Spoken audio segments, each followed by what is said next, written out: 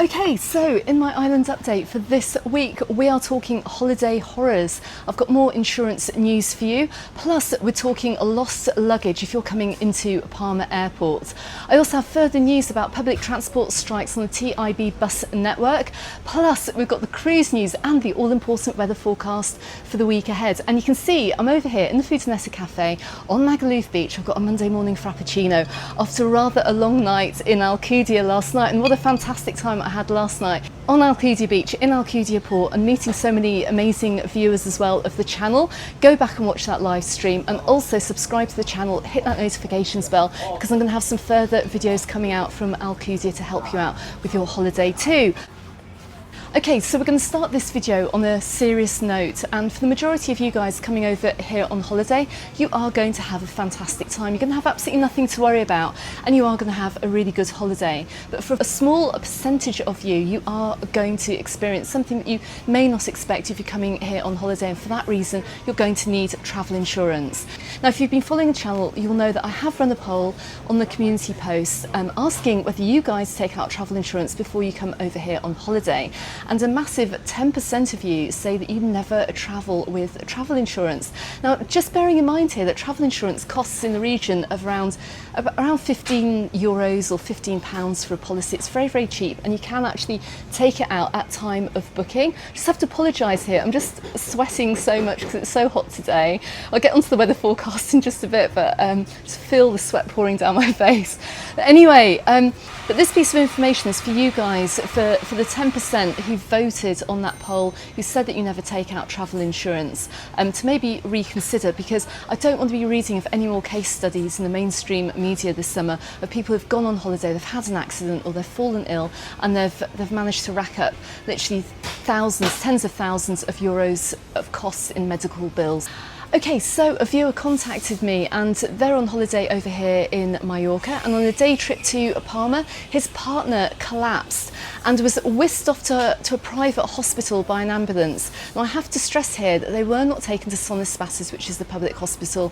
They were taken to a private hospital, and I've stressed this in my previous videos, but if you have an accident here, if anything happens to you and you do call an ambulance, if you're here on holiday, you are going to be taken to a private hospital. And if you do not have travel insurance, you're going to have to pay for those bills.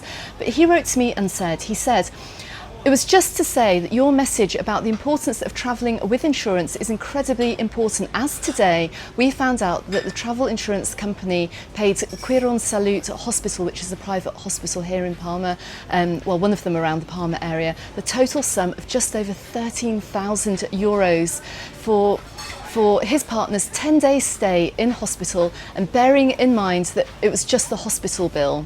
They also paid for our accommodation for the overstay, including taxis here and there, tourist taxes, all the hotel expenses and new flights, plus they refunded our unused hotel nights over in Cala Milor, as well as paying out a daily expense for each full 24-hour period that his partner was in hospital." He also said as well, "I was also paid a +1 accompanying the patient's fee. So your advice is incredibly important, and again, you're so knowledgeable and truly amazing. Well, whatever the rest of that is. But the important thing is that they were staying over in Cala Milor to come over to Palma for a day trip, and the travel insurance paid out for all the hospital costs, because he was taken to a private hospital in Palma. And just bearing in mind as well that his partner was in a hotel in Cala Milor, which is on the other side of the island, and all the costs associated with visiting his partner in hospital and then getting back to the UK as well." Okay, so final note on healthcare and travel insurance if you're going on holiday. Make sure you declare any diagnosed conditions to your health insurance provider. It will probably mean that you have to pay a bit more for your health insurance, for your travel insurance, but it's worth it. It's definitely worth it. Also, make sure you have your travel insurance documents on your phone as well, and your policy number, so you have a quick access to those should you need it. And also maybe print off a copy of that travel insurance and keep it in the safe along with your other documents back at your hotel. So again, really, really important. Make sure you have access to that. Also, as well, take out the GHIC or the EHIC card. That's the health card which will entitle you to more or less free health care if you're over here on holiday and you do need to see a doctor. Like I said, I've said before, it doesn't necessarily entitle you to totally free health care. And as I said before, if you do require medical assistance or you're in an accident or you have an emergency, an ambulance will take you to a private hospital, because all of this comes on the back of the news today. The local media are saying that we do have a crisis in the hospitals at the moment. We have a lot of people going to hospital and not enough medical staff. So obviously if you're here on holiday, the ambulances will take you to a private hospital, and it's going to be make or break for you financially if you have or you don't have a travel insurance policy. So for those 10%, make sure you take it out before you come over here, or find yourself picking up some really, really hefty medical bills. However, do not believe as well, and this is also very important, that travel insurance will cover you for absolutely everything, because it won't. And I'm going to give you a couple of examples here. As you know, I've been filming about the airline strikes and the air traffic control strikes that I was caught up in a few weeks ago. I was lucky enough to be able to get compensation from EasyJet. Just want to say I haven't actually received that compensation yet. I'm checking my bank account daily, hasn't come through just yet, but they are supposed to be paying me back compensation for their airline strike. However, I did have a comment from a viewer, and he said our EasyJet flight from Belfast to Palma yesterday was cancelled. Oh, I've got some people passing by. Do you know what? It's been very quiet over here in Magaluf this morning for July, so it's actually quite nice to see. I've got a big party passing by behind me. I was beginning to wonder where everybody was, but anyway, it's not even that early in the morning. I think the time is, it's 1:27, so it is actually lunchtime here. Got out a bit late today, but nice to see some people out and about. Anyway, going back to this, I did have a viewer saying our EasyJet flight from Belfast to Palma yesterday was cancelled. Absolutely gutted. The holiday was cancelled. We were lucky to rebook the same holiday to Palma Nova with Jet2, flying out on Sunday, but it cost an extra €800. Now, what is this all about? Because technically, if you're booking a flight, the airline will get you to your destination. They have an obligation to eventually get you to your destination. But this chap here did book a holiday, and he had the whole holiday cancelled. Now, while he is entitled to a refund, he did choose to rebook, but then the holiday costs more. So he is applying for a compensation for the fact that that holiday was cancelled, and he's had to fork out an extra £800 more. Will he get that compensation? I don't know. If you are watching this, please give me an update. I'd like to know this, but it is a little bit worrying if your entire holiday gets cancelled and then you have to go on and rebook and pay more. You could end up losing out. Also, as well, when does travel insurance not pay out? Please check your insurance policy, particularly in regards to theft and robberies. If you've been robbed, if someone's actually violently robbed from you, yes, it will obviously pay out. In all circumstances, whether you're robbed or pickpocketed, get a police report. You're going to need that to claim on your travel insurance. But it's the case of what you can actually claim for. Many travel insurance policies will only pay up to a certain amount. They'll have a cap on what they'll pay out for personal items that have been taken. And if you don't have any proof of what you've taken to the beach or items that have gone missing, then you may just get paid a certain amount back, or none at all, who knows. But please, in all cases, if you're coming over here on holiday, prevention is better than having to waste a day over at a police station.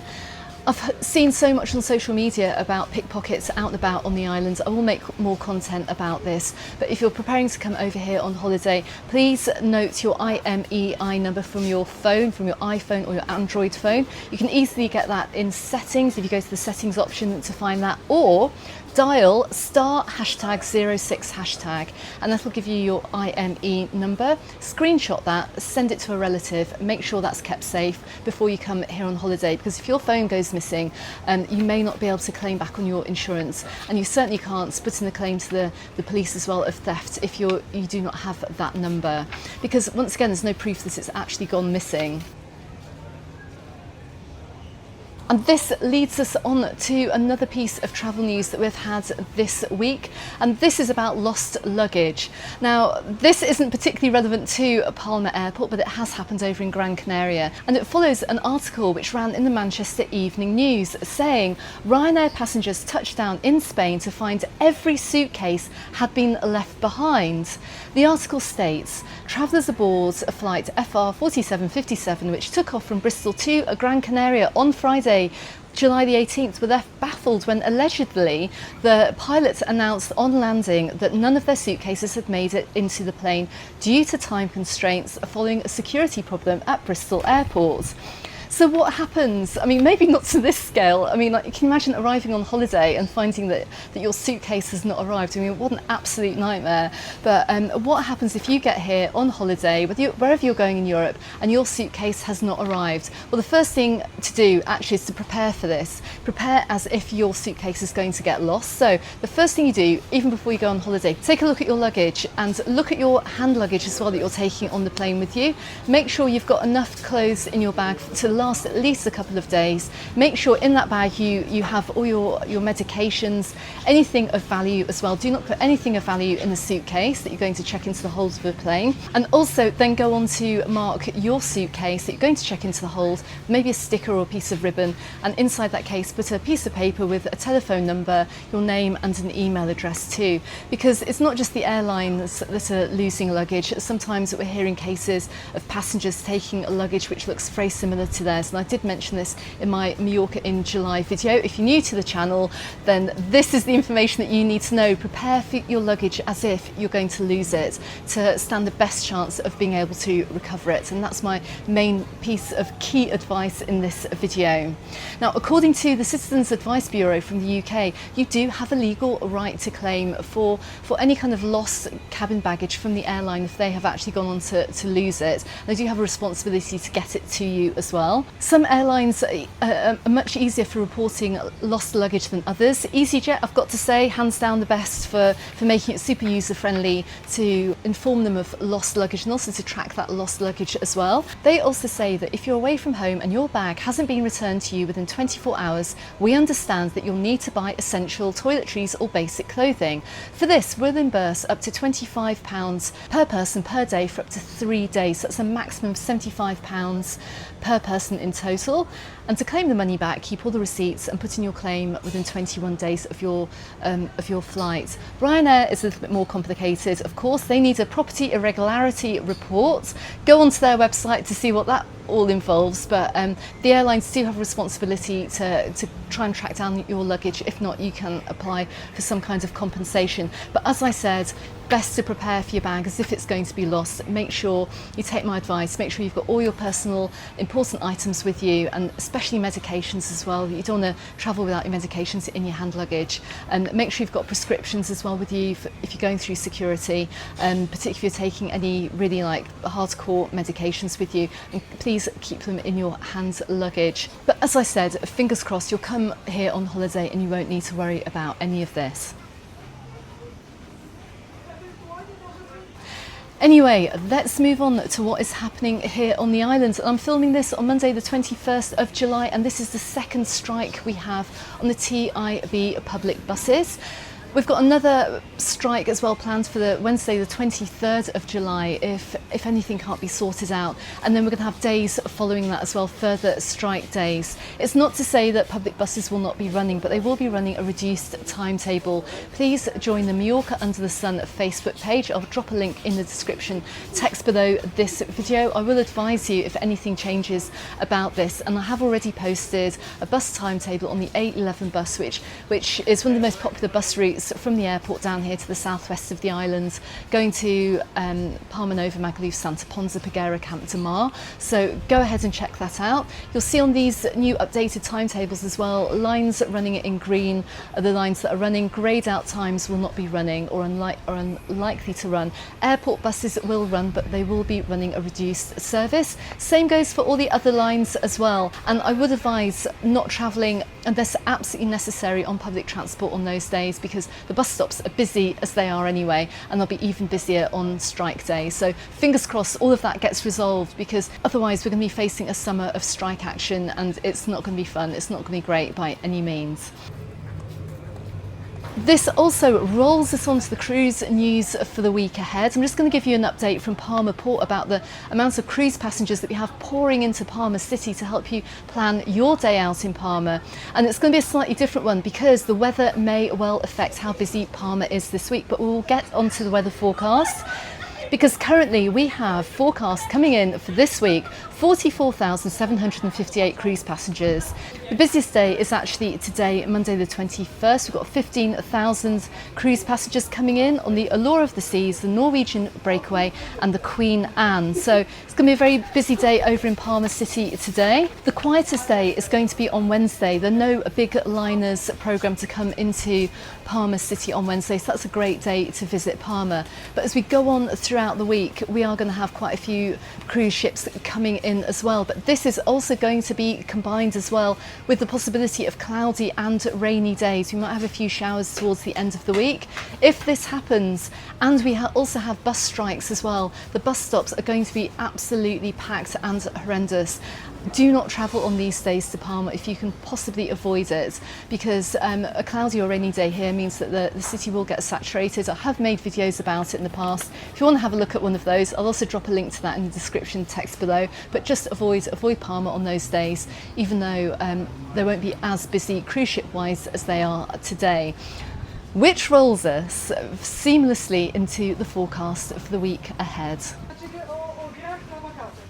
Now, you guys mentioned on the live stream last night from Alcudia that it's quite possible we're going to be having a little bit of rain later on this week, and I do have varying reports about this.